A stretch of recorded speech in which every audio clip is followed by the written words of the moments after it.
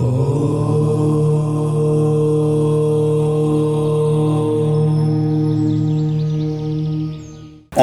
गं गणपतये नमः। नमस्कार मित्रों, एस्ट्रो अरविंद चैनल में आपका बहुत बहुत स्वागत है। इस चैनल को लाइक करें, सब्सक्राइब करें ताकि ज्योतिष के माध्यम से आपको समय समय पर ज्योतिष से संबंधित सभी जानकारियां प्राप्त होती रहें। आइए 2022 के विषय में जानकारी आपको देते हैं। सबसे पहले 2022 की बहुत सारी ढेर शुभकामनाएं आपको। आप सभी का जीवन निरोग, स्वस्थ, धन धान्य से परिपूर्ण और बेहद खुशियों से भरा हुआ ये 2022 व्यतीत हो। जैसा कि विगत वर्ष 2021 काफ़ी तनाव, आर्थिक स्थिति से बहुत अत्यधिक हर व्यक्ति परेशान, रोग आदि व्याधियों से बहुत ग्रसित रहा। तो ये 2021 काफ़ी कुछ तनावपूर्ण रहा। प्रभु से मेरी प्रार्थना है कि आगामी आपका 2022 बहुत ही सुखद और हर एक खुशियाँ आपको प्रदान करे। आइए मैं आपको कर्क राशि के विषय में 2022 कैसा रहेगा पूरा साल, इस विषय में जानकारी आपको देते हैं। कुछ खास बातें हैं जो आपको पहले बता दें, फिर राशि के विषय में आपको जानकारी देंगे कि कर्क राशि कैसी रहेगी आपके लिए पूरे साल। जैसे कि यह हमारा 2022 शनिवार के दिन से शुरू हो रहा है। भारतीय संवत्सर, भारतीय जो हमारा नवनूतन वर्ष शुरू होता है वो चैत्र शुक्ल पक्ष प्रतिपदा से प्रारंभ होता है। तो संयोग से उस दिन भी दिन शनिवार है और नल नामक संवत्सर है। तो कुल मिला के शनि ग्रह की विशेष प्रधानता है। यदि आपको साल भर का वर्षफल और सारांश जानना है तो शनि, बृहस्पति, राहु, केतु, इन चार और शुक्र, इन ग्रहों का यदि अध्ययन कर लिया जाए तो पूरे साल का सारांश निकल आएगा कि इस पूरे साल का राशिफल हमारा ये होगा। जैसे कि शनि ग्रह आपके इस टाइम पे मकर में है, मकर से कुंभ में अप्रैल में जाएंगे, कुंभ से फिर वापस मकर में आएंगे। तो जब मकर में हैं तो धनु वालों को 7.5 है, और जब मकर में जाएंगे तो मीन वालों को 7.5 लगेगी। लेकिन जब मकर से कुंभ में आएंगे और कुंभ से मकर में जाएंगे, तो मकर से जब कुंभ में जाएंगे तो धनु वालों को 7.5 नहीं लगेगी, और अभी जैसे मकर में हैं तो मीन वालों को 7.5 नहीं है। तो कहीं ना कहीं स्थिति ये इनकी दिख रही है कि पूर्णतः 7.5 ना मकर मीन वालों को है, ना पूर्णतः 7.5 धनु वालों को है। जब मकर से कुंभ में जा रहे हैं तो मीन वालों को है, और अभी जैसे मकर में चल रहे हैं तो धनु वालों को। तो ये मार्गी वक्री साल में होती रहेंगे।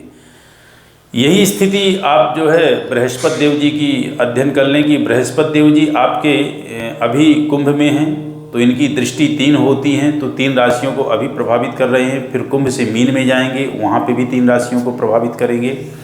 फिर ये अपने स्वयं जिसमें मकर में चल रहे, कुंभ में चल रहे हैं, और मीन में जब जाएंगे तो 2 राशियों को इनको प्रभावित करेंगे। कहने का तात्पर्य कि इनकी दृष्टि 3 होती है, पंचम, नवम और सप्तम, तो वहाँ पे प्रभावित कर रहे हैं। अब यही स्थिति राहु और केतु की है कि राहु केतु अभी राहु वृष में हैं, केतु वृश्चिक में हैं। फिर ये अप्रैल में राहु आपके मेष में जाएंगे और केतु तुला में आ जाएंगे। यही ढैया की स्थिति है कि अभी ढैया का मिथुन और तुला पे है। जैसे मकर में शनि महाराज जाएंगे वैसी जो है कर्क और वृश्चिक वालों को ढैया लग जाएगी। तो ये परिवर्तनशील साल का है। इसके अलावा और मैं एक बात आपको जानकारी दे दूं कि इस साल 4 ग्रहण पड़ेंगे, 2 सूर्य ग्रहण, 2 चंद्र ग्रहण, जिसमें से चंद्र ग्रहण पूर्णतः पड़ रहे हैं, सूर्य ग्रहण आंशिक है।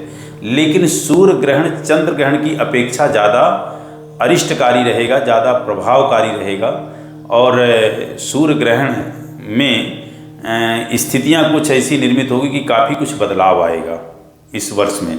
वैसे जो अप्रैल का महीना है, ये महीना काफ़ी परिवर्तनशील स्थितियां बनाएगा ग्रह गोचरों की, क्योंकि इसी महीने पे शनि का परिवर्तन, इसी महीने पे बृहस्पति महाराज का, इसी महीने पे राहु और केतु का, और इसी महीने पे ये ग्रहण आदि का, तो काफ़ी कुछ ग्रह गोचर में जो है बदलाव आएगा। बड़ा विशिष्ट और महत्वपूर्ण है अप्रैल का महीना। तो ये ग्रहण के विषय में बता दिया। अब ये भी आपको जानकारी दे दें कि साल के प्रारंभ से सभी राशियों पर काल सर्प योग लग रहा है। कर्क राशि पे भी काल सर्प योग है और ये ज़्यादा प्रभावकारी रहेगा, प्रभावशाली आपके अप्रैल तक। अप्रैल के बाद से इसका प्रभाव कम पड़ेगा। ये स्थिति काल सर्प योग की है। अब एक जानकारी और दे दें कि व्यक्ति भ्रमित रहते हैं कि मेरी राशि क्या है, मेरी राशि, मेरा नाम ये है।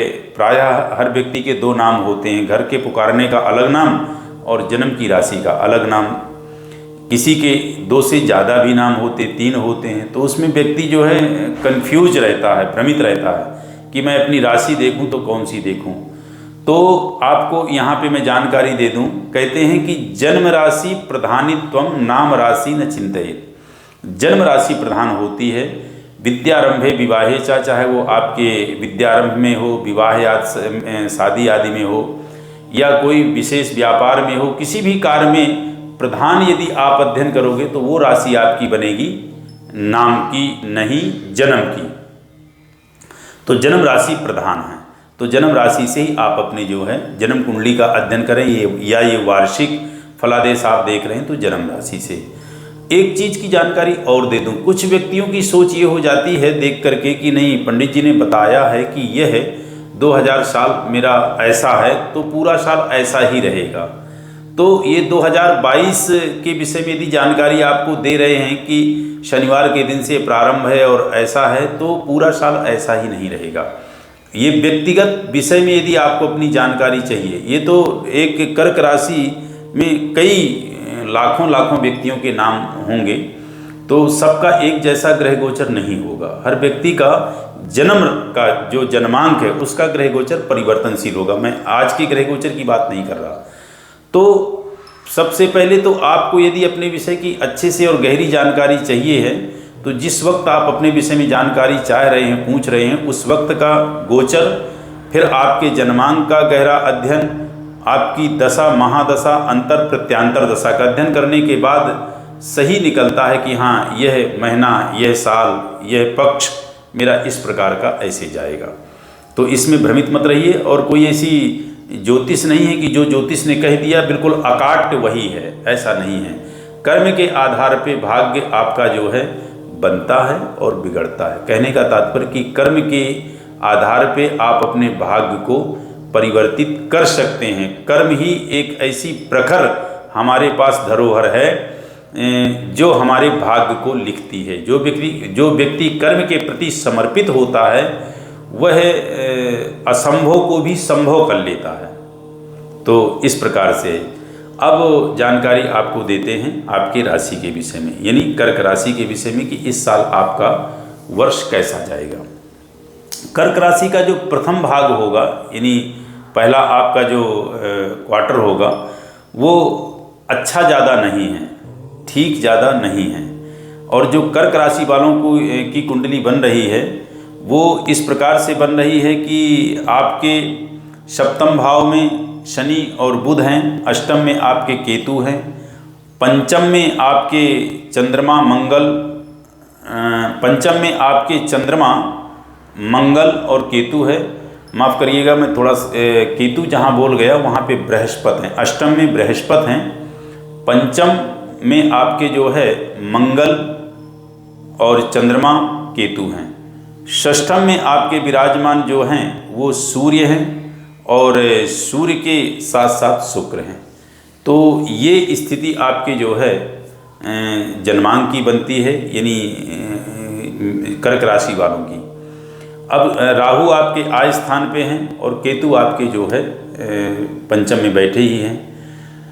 तो आपका जो ये 2022 है कर्क राशि वालों का प्रथम भाग, यानी अप्रैल तक का समय अच्छा नहीं है। अप्रैल के बाद के जो समय है नवंबर आदि तक का, अक्टूबर आदि तक का, वो ठीक ठीक है। और अंत का समय यानी अक्टूबर, नवंबर और दिसंबर को कहें तो वो भी ठीक ठीक है, कोई बहुत ज़्यादा अच्छा नहीं। नौकरी वर्ग वालों का ठीक नहीं है। व्यापारी वर्ग का भी बहुत अच्छा नहीं है। जो जहाँ जिस पोजीशन पे हैं अपने आप को वहीं वो स्थापित रखें, यानी कहने का तात्पर्य कि उसी जगह कार्य में लगे रहें। व्यापारी वर्ग भी अपने कार्य को धीरे धीरे सहज सहज आगे बढ़ाते रहें। बहुत ज़्यादा जो कुछ स्थिति आपको दिखे कि हाँ मेरे लिए सही है और मैं यहाँ परिवर्तन कर लूँ, तभी आप प्रयास करें। अदरवाइज ग्रह गोचर आपको यही संकेत दे रहा है कि जहाँ जिस जगह हैं वहीं आप लगे रहें।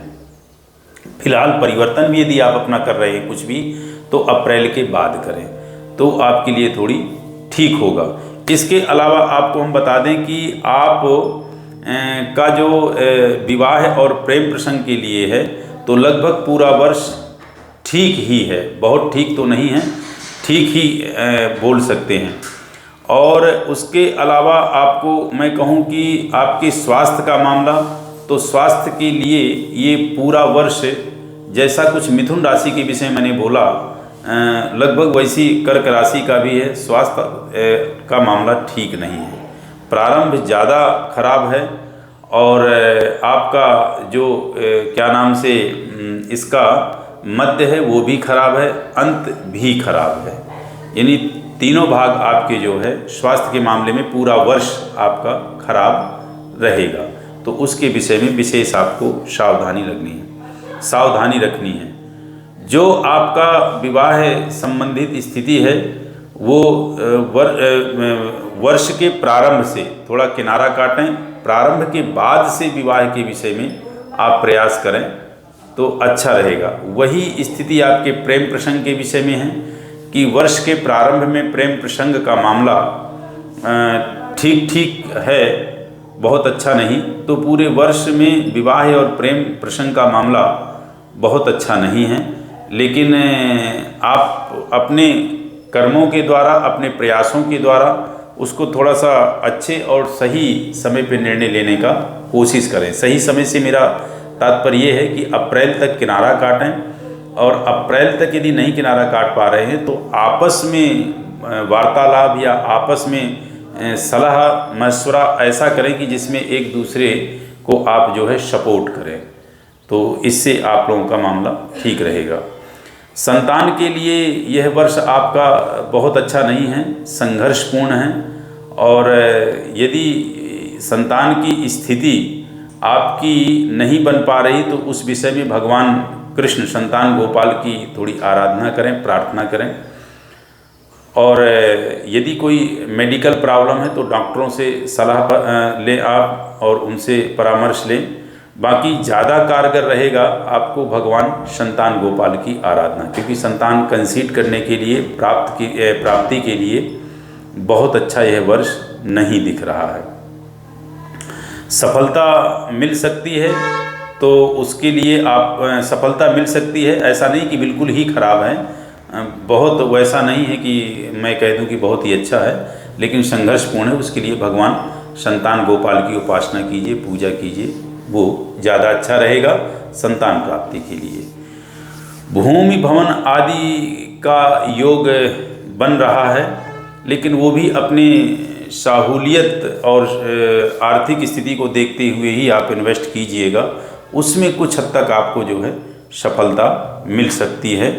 और दाम्पत्य जीवन के विषय में फिर कह दूं कि दाम्पत्य जीवन का मामला आपका बहुत अच्छा नहीं है, तो थोड़ा सा उसके विषय में आप अपने आप को जो व्यवहारिकता में चीज़ें हैं वो बड़ी संयमित रखिएगा। सोच समझ करके बोलना, सोच समझ के एक दूसरे के प्रति बर्ताव करना, आवेश और क्रोध में ना आना, गंभीरता धैर्यता आदि एक दूसरे के प्रति व्यक्त करना, तो इन चीज़ों का विशेष आप जो है ध्यान देंगे। अब अपन आते हैं पूजा के विषय में। कर्क लग्न वालों की एक और विशेष बात होती है, ये हृदय के बड़े संवेदनशील होते हैं। बहुत जल्दी घबरा जाना, बहुत जल्दी तनाव पैदा हो जाना, मानसिक तनाव ले लेना, बहुत ज़्यादा चिंता में आ जाना, किसी दूसरे का ज़्यादा कष्ट नहीं देख पाते हैं। इनके अंदर इनका हृदय बड़ा कोमल होता है, तो अपने हृदय को थोड़ा सा आप जो है कठोर रखिए, थोड़ा आप जो है कॉन्फिडेंट में रहिए, थोड़ी हिम्मत और धैर्यता को जो है धारण कीजिए, अच्छा रहेगा। तो अब लास्ट में आपके पूजा के विषय में और इस साल आपको किन चीज़ों का ध्यान रखना है, थोड़ा उसके विषय में कह दूँ। जैसे कि मैं देख पा रहा हूँ कि आपके बृहस्पति महाराज अष्टम में हैं, और अष्टम में स्थिति उनकी ये है कि षष्ठेश, और षष्ठेश के साथ साथ भाग्येशु के अष्टम पे हैं। तो भगवान विष्णु और भगवान शिव, इन दो की आराधना आपको विशेष करनी है। और इन दो की आराधना यदि आप करते हैं तो आपका पूरा वर्ष जो है, जिन परेशानियों से आप जूझ रहे होंगे, जो परेशानियां आपके साल में आनी हैं, उन परेशानियों में परेशानियां काफ़ी कम होंगी, राहत मिलेगी। अंदर से आपका मनोबल प्रखर होगा, मन से आप बलिष्ठ होंगे, कॉन्फिडेंट, आत्मविश्वास बढ़ेगा। तो जो विषम समय है उस समय पे आप अच्छे से अपने विवेक और बुद्धि का इस्तेमाल कर पाएंगे। इस खराब समय को आप जो है नष्ट करके, और सकारात्मक सोच आपके हृदय में उत्पन्न होगी, और उसी सकारात्मक सोच के द्वारा आप अपने कार्यों में सफल होंगे। तो ऐसा 2022 कर्क राशि वालों का रहेगा। मैं फिर से आप लोगों को 2022 की ढेर सारी शुभकामनाएं, और आपका यह 2022 निरोग, स्वस्थ और दीर्घायु प्रदान करे। इन्हीं शब्दों के साथ नमस्कार।